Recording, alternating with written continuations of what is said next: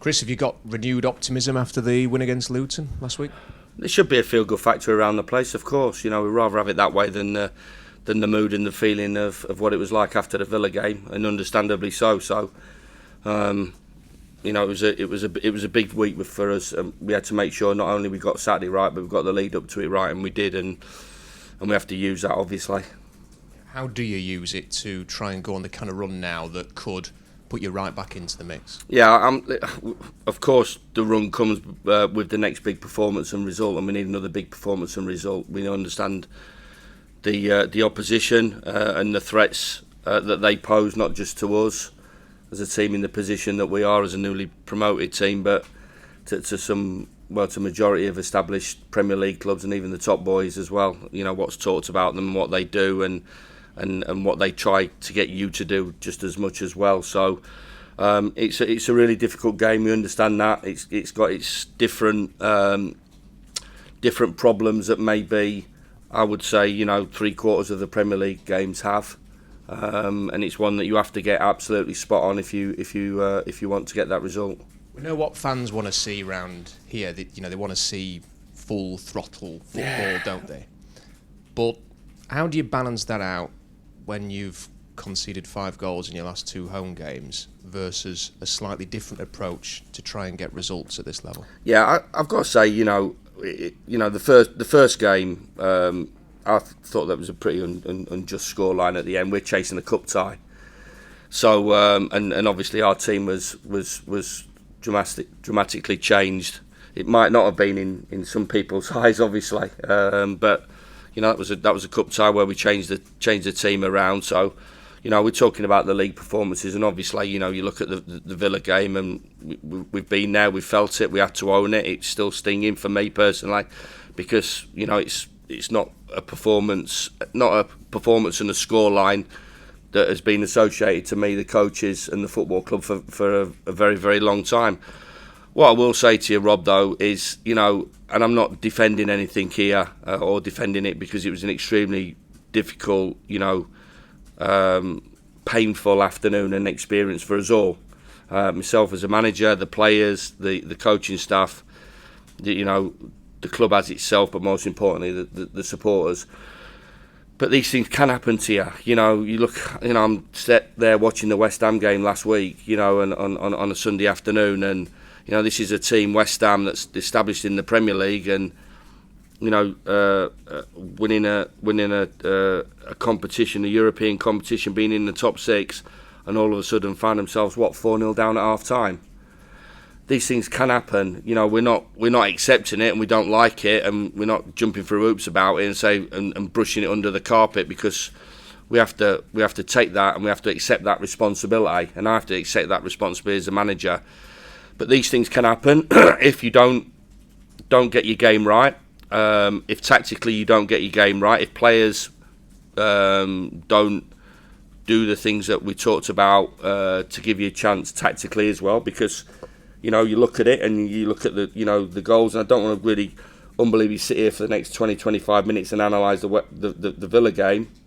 The feeling's still there, of course, and it still stings, but you get 2 counter-attacks. We're in their box for 2 of the goals. One's a corner, which we have to deal with better, and one's an individual mistake, the 5th goal. But there's certain things in there that you say, if Vinny Souza doesn't go and press, it doesn't open the game up. If Jayden Bogle doesn't pull that ball back onto the edge of the box to James McAtee, and we're positioned correctly in the middle of the park to stop the counter-attack, then that doesn't happen. So these are real small details that get extremely harshly punished in the Premier League, and you've seen the finishes that happen and other teams are capable of. So we have to get that balance right. I think one of the things that you said there, Rob, is absolutely spot on. The knowledge of the crowd is incredibly important on Sunday, and their approach to it, because I could go and set my team up to go and get after Brighton. 100% go. We're going to go full press. We're going to go man for man. We're going to stop you playing out from the back. We're going to go and get after you. We're going to stand on the halfway line, and I know what's going to happen because of the way they play and the way they move the ball, the way they want the game to be. They want that game. That's the game that they want. What you need to be doing, in my opinion, and obviously we didn't do it in the first game to a certain extent, even though there's 2 penalties involved in that, is that you have to make sure you get your game plan right and you are patient. That doesn't mean you're passive.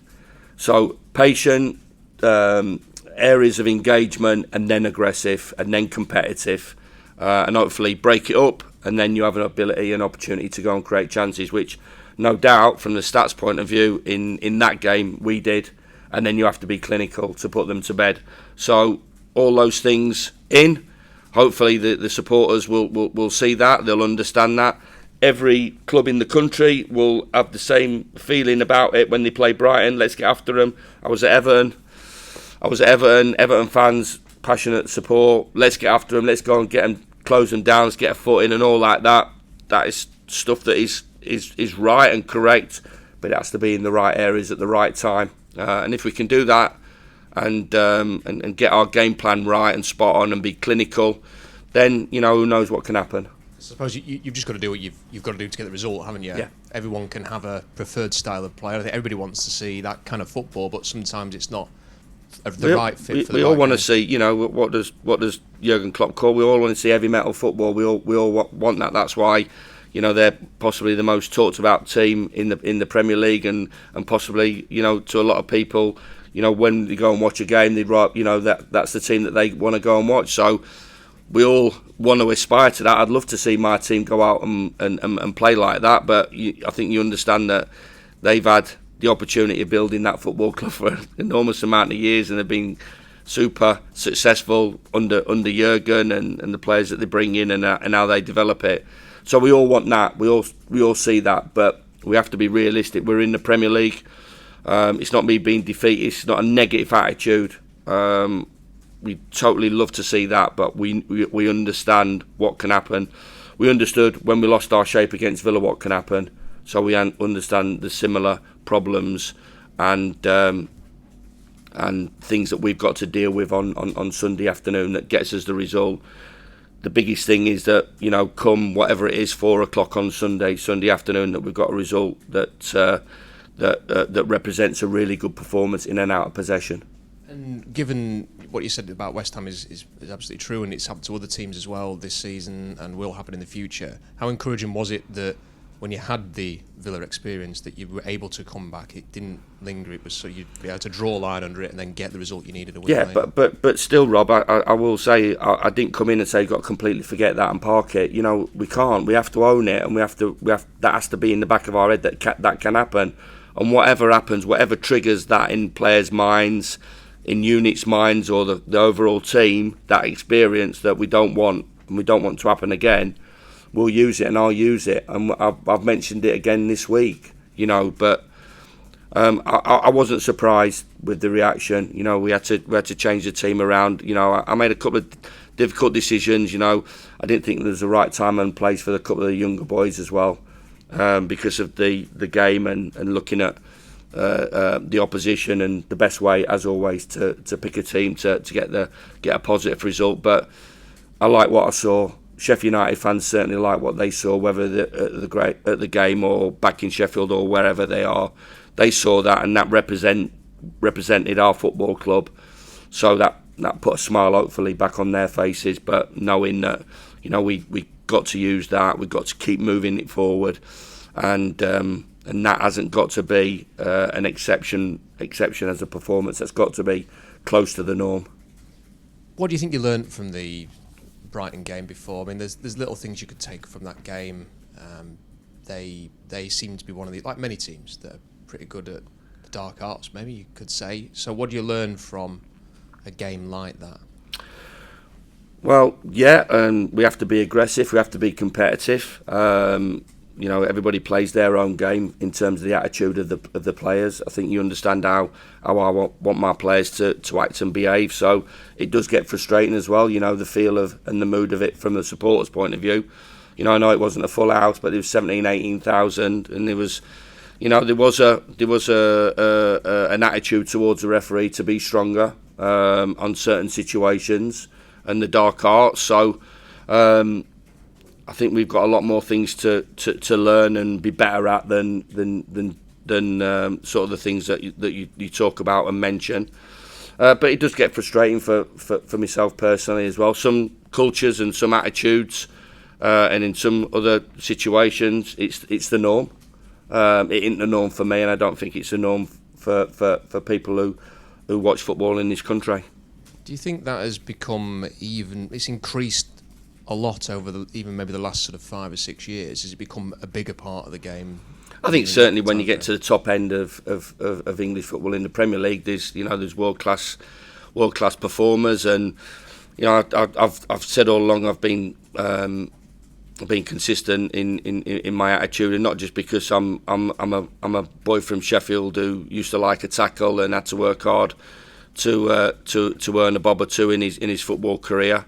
I think that there's still a place for competitive aspects of the game and physical contact in the game, and I'll be desperately disappointed if it became a non-contact sport. So I understand the referees have got a difficult job, and one of my things is that the referee's job is as difficult as it is, and he shouldn't have to worry about stuff that goes off that really is basically making his job harder than what it is. As you mentioned, it's an opportunity, isn't it? It's just one. You're only going to focus on this game, but if you could follow up Luton, just how much would it really instill belief amongst this? Well, players? yeah. You've just seen the atmosphere, and I said before, how it just affects mindsets right the way through, and living in the city as well. Being about and just going to your day-to-day business, and they're supportive of me. The supportive of the team, the supportive of the club. We have to receive and accept that criticism, because, as I said all along, there's been a lot of good things that have happened to this football club over a long period of time, and we are all happy to accept that praise and people patting you on the back. So when you don't get it right and it is wrong and it goes horribly wrong, you have to accept that. But the mood around the place is good. We'd love that to be the same on Sunday afternoon. We have to set that off with a front-footed performance, disciplined, and as we've talked about.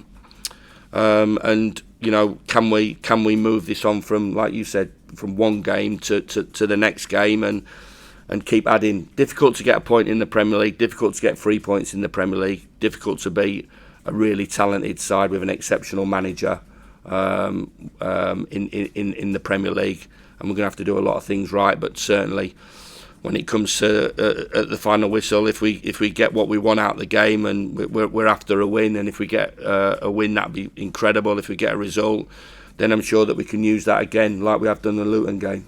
Finally, any injury news for the game this weekend? Yeah, we're disappointing. Obviously, one with Reece Norrington-Davies. We're waiting on another opinion regarding him, but I don't think that's one that's going to come back to us in the next couple of weeks. And there's a couple of other bumps and bruises that we'll assess and we'll keep under wraps. I think you understand. I'm not going to come out here and say who's available and who's not available. So, but we've had a couple of setbacks recently. The likes of Ollie McBurney and Ben, which has been disappointing, but fingers crossed we can get one or two of them back for the game on Sunday, and that'll make us a little bit stronger and give us a better opportunity to get a result. Cheers, Chris. Best of luck. Cheers, Rob. Thank you. Hi, Chris. Hi, Dave. An improved defensive performance, I think you'd agree, last week. How much of an influence has Mason Holgate been on the side? Well, it had to be, having conceded 8 league goals and in two games. But Mason's finding his feet. Vocally, he was excellent. He's played in teams that have had a struggle in the past, a couple of times at Everton. So he's a local boy. He get his hands dirty. He's fitted into the group really well. It had to be better, of course, off the back of the last home game. Went back to basics. Talked about the art of defending individually, as a unit, as a team, not just the back three, the back five, or that, and just the general attitude of keeping the ball out of the back of the net, whatever we can do to keep the ball out of the back of the net. And if we are or want to get the results that we want to get between now and the end of the season, we're going to have to defend like that. It's not an easy place to go. Everybody's found it a struggle. There's some huge sides there that have really struggled to get a result, so we can take confidence in that. But we defended and gave us the opportunity of causing them problems, in terms of, counter attack and the chances that we created. We didn't create 10 or 15 chances, but we created enough to clinically take those chances and give us that three points that we're after.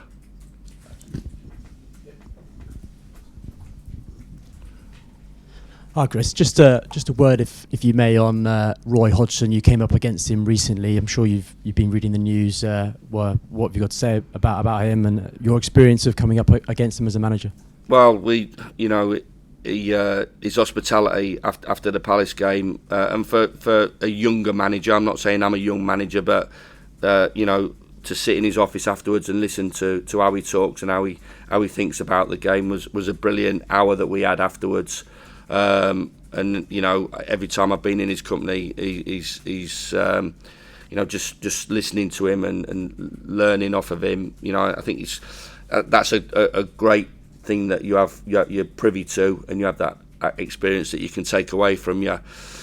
So yeah, for the news to be what it was, we all wish Roy and his family all the best from the football club, myself included, and.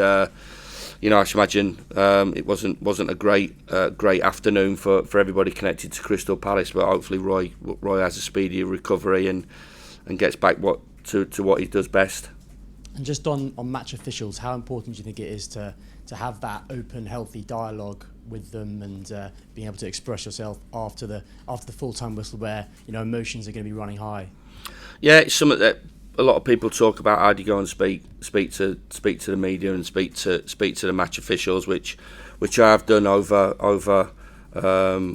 nearly over 1,000 games now. So of course, you have to do it respectfully, and I've always done that. So but I'm not somebody who frequently wants to go in and talk and assess and berate the officials. But I think when the odd time is available to me, and the invite is always there for managers to go in and speak to referees, I will take that and talk honestly and in a respectful way.